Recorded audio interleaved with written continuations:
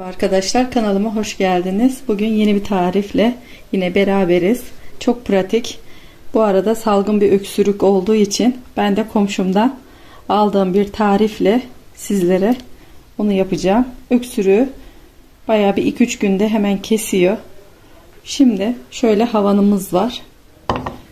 Havanıma içine 2 diş sarımsağımız var, gördüğünüz gibi. Bu 2 diş sarımsağımı döveceğim havanda iyice.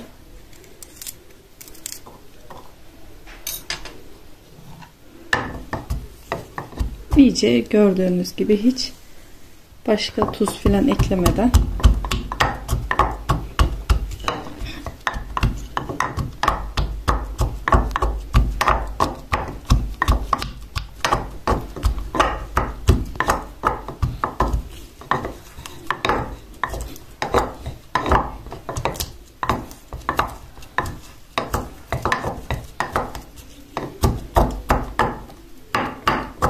Evet arkadaşlar, sarımsaklarımızı iyice bakın havanda dövdüm.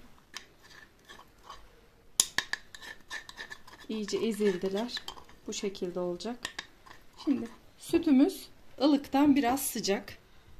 Böyle çok kaynar da değil ama ılıktan biraz sıcak. İçine ilave ediyorum. Gördüğünüz gibi karıştırıyorum.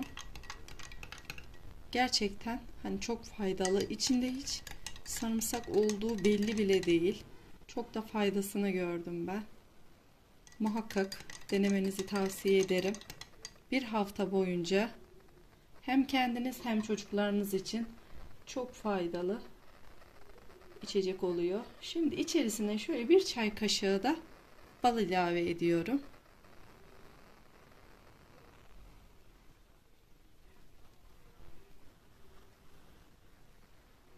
Onu da iyice karıştıralım.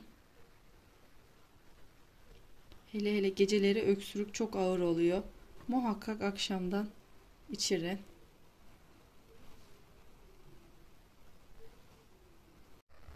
İçeceğimiz hazır arkadaşlar. Denemek isteyenlere şimdiden afiyet olsun.